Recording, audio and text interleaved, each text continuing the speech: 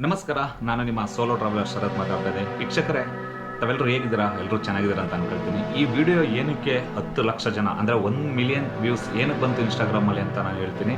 ಅದಕ್ಕೂ ಮುಂಚೆ ಯಾರೆಲ್ಲ ಸಬ್ಸ್ಕ್ರೈಬ್ ಮಾಡಿಲ್ಲ ಅವರು ದಯವಿಟ್ಟು ಸಬ್ಸ್ಕ್ರೈಬ್ ಮಾಡಿ, ಇಂಥ ಒಳ್ಳೆ ಕೆಲಸಗಳಿಗೆ ನಮ್ಮನ್ನು ಆದ್ಯತೆ ಮಾಡ್ಕೊಳ್ಳಿ ಅಂತ ಹೇಳ್ತಾ, ವೀಕ್ಷಕರೇ, ಎಲ್ಲ ಟ್ರೈನಲ್ಲೂ ಕೂಡ ಇದೇ ಥರ ಪ್ರಾಬ್ಲಮ್ ಇದೆ ಅಂತ ನನಗೆ ವಿಡಿಯೋ ಮಾಡಿ ಹಾಕಿದ ಮೇಲೇ ನನಗೆ ಗೊತ್ತಾಗಿದ್ದು. ಅದು ವಿಡಿಯೋ ಮಾಡಬೇಕು ಅಂತ ಏನು ಮಾಡಲಿಲ್ಲ.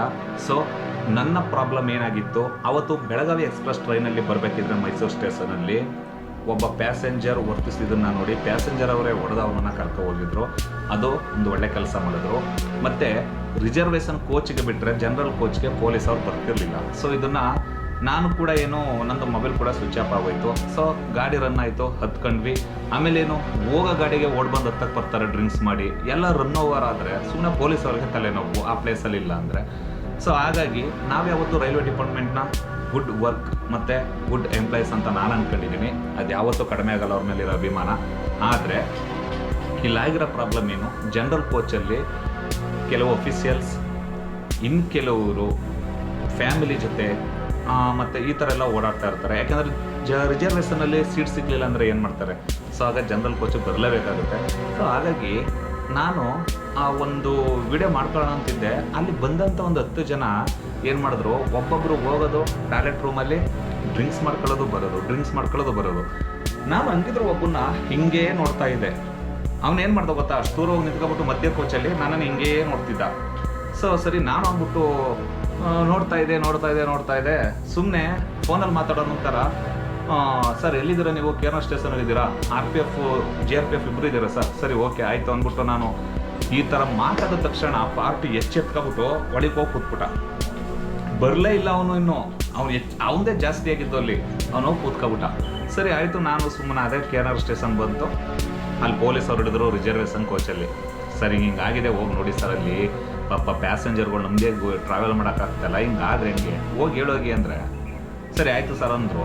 ನಾನೇನೋ ಹೋಗ್ತಾರೇನೋ ಅಂತ ಮುಂದೆ ಹೋಗ್ತಾ ಇದ್ದೀನಿ. ನೋಡಿದ್ರೆ ಗಾಡಿ ಮಾರ್ಚ್ ಆಗ್ತಾ ಇತ್ತು, ಇವ್ರು ಹೋಗಿ AC ಕೋಚ್ ಕತ್ಕೊಳ್ತಾವೆ. ಹಿಂಗಾದರೆ ನಾವು ಯಾರನ್ನೇ ನಂಬಿಕೆ ಇಟ್ಟು ಟ್ರಾವೆಲ್ ಮಾಡಬೇಕು ಅನಿಸುತ್ತೆ. ಇದೆಲ್ಲ ಹಿಂದೆ ರೈಲ್ವೆ ಡಿಪಾರ್ಟ್ಮೆಂಟಲ್ಲಿ, ರೈಲ್ವೆ ಇಲಾಖೆಯಲ್ಲಿ ಈ ಒಂದು ಟ್ರೈನಲ್ಲಿ ಈ ಥರ ಇರಲಿಲ್ಲ. ಇತ್ತೀಚೆಗೆ ಇದೆಲ್ಲ ಸ್ಟಾರ್ಟ್ ಆಗಿರೋದು. ಸೊ ಇದನ್ನು ಇಲಾಖೆಯವರು ದಯವಿಟ್ಟು ಮನವರಿಕೆ ಮಾಡ್ಕೊಳ್ಳಿ. ನಾನು ಒಬ್ಬನೇ ಹೇಳ್ತಾ ಇಲ್ಲ, ಯಾವ್ಯಾವ ಟ್ರೈನಲ್ಲಿ ಏನೇನು ಕಂಪ್ಲೇಂಟ್ ಇದೆ ಅನ್ನೋದನ್ನು ಕೆಲವರು ನನ್ನ ಇನ್ಸ್ಟಾಗ್ರಾಮಲ್ಲಿ ಕಂಪ್ಲೇಂಟ್ ಮಾಡಿದ್ದಾರೆ. ಗಾಡಿ ನಂಬರ್ ಹಾಕಿ ಎಲ್ಲ ಡೀಟೇಲ್ಸ್ ಹಾಕಿದ್ದಾರೆ ನೀಟಾಗಿ, ಆಯಿತಾ? ಅದನ್ನು ತೆಗೆದು ನೋಡಿ, ಆಯಿತಾ? ಅದನ್ನಾದ್ರೂ ತೆಗೆದು ನೋಡಿ. ನೀವು ಯಾರು ಪೊಲೀಸವರು ಜನರಲ್ ಕೋಚ್, ರಿಸರ್ವೇಷನ್ ಕೋಚಿಗೆ ಬರ್ತಿರೋ ಫ್ರಂಟ್ ಮತ್ತು ಬ್ಯಾಕ್ ಡೋರು ಮಿಡಲಲ್ಲಿ ನಿಂತ್ಕೊಂಡು ಒಂದು ಸಲ ಅನೌನ್ಸ್ಮೆಂಟ್ ಮಾಡಿ. ಯಾರಾದರೂ ಕುಡಿದಿರೋರು, ಡ್ರಿಂಕ್ಸ್ ಮಾಡಿರೋರು ಏನಾದರೂ ಪ್ಯಾಸೆಂಜರ್ಗೆ ತೊಂದರೆ ಕೊಟ್ಟರೆ ಅವ್ರನ್ನ ಅರೆಸ್ಟ್ ಮಾಡ್ತೀವಿ ಅಂತ ನೀವು ಒಂದು ಸಲ ವಾರ್ನಿಂಗ್ ಮಾಡಿ. ಯಾವುದೇ ಕಾರಣಕ್ಕೂ ಅವರು ಬಾಲ ಬಿಚ್ಚಿದ್ರೆ ಸರಿ, ಬೇಡಪ್ಪ ಸೈಲೆಂಟ್ ಆಗಿರೋಣ, ಯಾಕೆ ಬೇಕು ಇದೆಲ್ಲ, ಆರಾಮಾಗಿ ಟ್ರಾವೆಲ್ ಮಾಡೋಣ, ಎಲ್ಲರ ಜೊತೆ ಪ್ರೀತಿಯಿಂದ ವರ್ತಿಸೋಣ ಅಂತ ಅವರೇ ಅನ್ಕೊಳ್ತಾರೆ. ಅದನ್ನು ಬಿಟ್ಟು ಸುಮ್ಮನೆ ನೀವು ಹತ್ತುತ್ತೀರಾ, ಮುಂದ್ಗಡೆ ಡೋರಲ್ಲಿ ಇಳಿದು ಹೋಗ್ಬಿಡ್ತೀರಾ.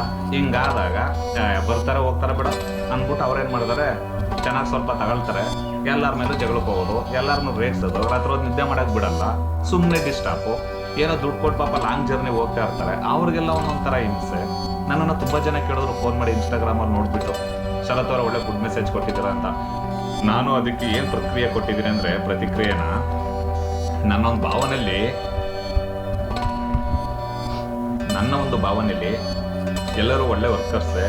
ಕಾರಣ ಏನು ಅಂದರೆ, ನೋಟಿಫಿಕೇಶನ್ ಆಗಿಲ್ಲ, ರೈಲ್ವೆ ಡಿಪಾರ್ಟ್ಮೆಂಟಲ್ಲಿ ಪೊಲೀಸ್ಗಳನ್ನ ಜಾಸ್ತಿ ತಗೊಳಕ್ಕಾಗ್ತಾ ಇಲ್ಲ. ಸೊ ಈ ಪ್ರಾಬ್ಲಮಿಂದ ಕೆಲವ್ರನ್ನ ಡ್ಯೂಟಿಗೆ ಹಾಕಿ ಯಾರು ಅಡ್ಜಸ್ಟ್ ಮಾಡ್ತಾ ಇದ್ದಾರೆ. ನಾನು ಅದನ್ನು ಕೇಳ್ಪಟ್ಟೆ. ಆದರೆ ನನ್ನ ಒಂದು ಫಾಲೋವರ್ಸ್ ಕೇಳೋದಷ್ಟೇ, ದಯಮಾಡಿ ಯಾರೇ ಟ್ರೈನಲ್ಲಿ ಓಡಾಡಿದ್ರು ಕೂಡ ನಿಮಗೆ ಇಂಥ ಸನ್ನಿವೇಶಗಳು ಕಣ್ಣಲ್ಲಿ ಕಂಡ್ರೆ ಆರಾಮಾಗಿ ವಿಡಿಯೋ ಮಾಡಿಕೊಂಡು ಇನ್ನೆಲ್ಲೂ ಹಾಕೋಕೆ ಹೋಗ್ಬಿಡಿ. ಡೈರೆಕ್ಟಾಗಿ DRM ಆಫೀಸ್ಗೆ ತಂದುಬಿಡಿ, ಆ ಡಿವಿಷನ್ಗೆ ಸಂಬಂಧಪಟ್ಟಂಥ ಆಫೀಸ್ಗೆ. ಅದನ್ನು ಅವ್ರು ನೋಡ್ಕೊಳ್ತಾರೆ ಅವಾಗ, ಆಯಿತಾ? ನಾನೇನಕ್ಕೆ ಅಂದರೆ, ಸ್ವಲ್ಪ ಜನ ಎಲ್ಲ ಎಚ್ಚೆತ್ಕೊಳ್ಳಿ, ಈ ಥರ ಪ್ರಾಬ್ಲಮ್ ಆಗ್ತಾ ಇದೆ ಅಂತ ನಾನು ಅದನ್ನು ಹಾಕಿದ್ದೀನಿ.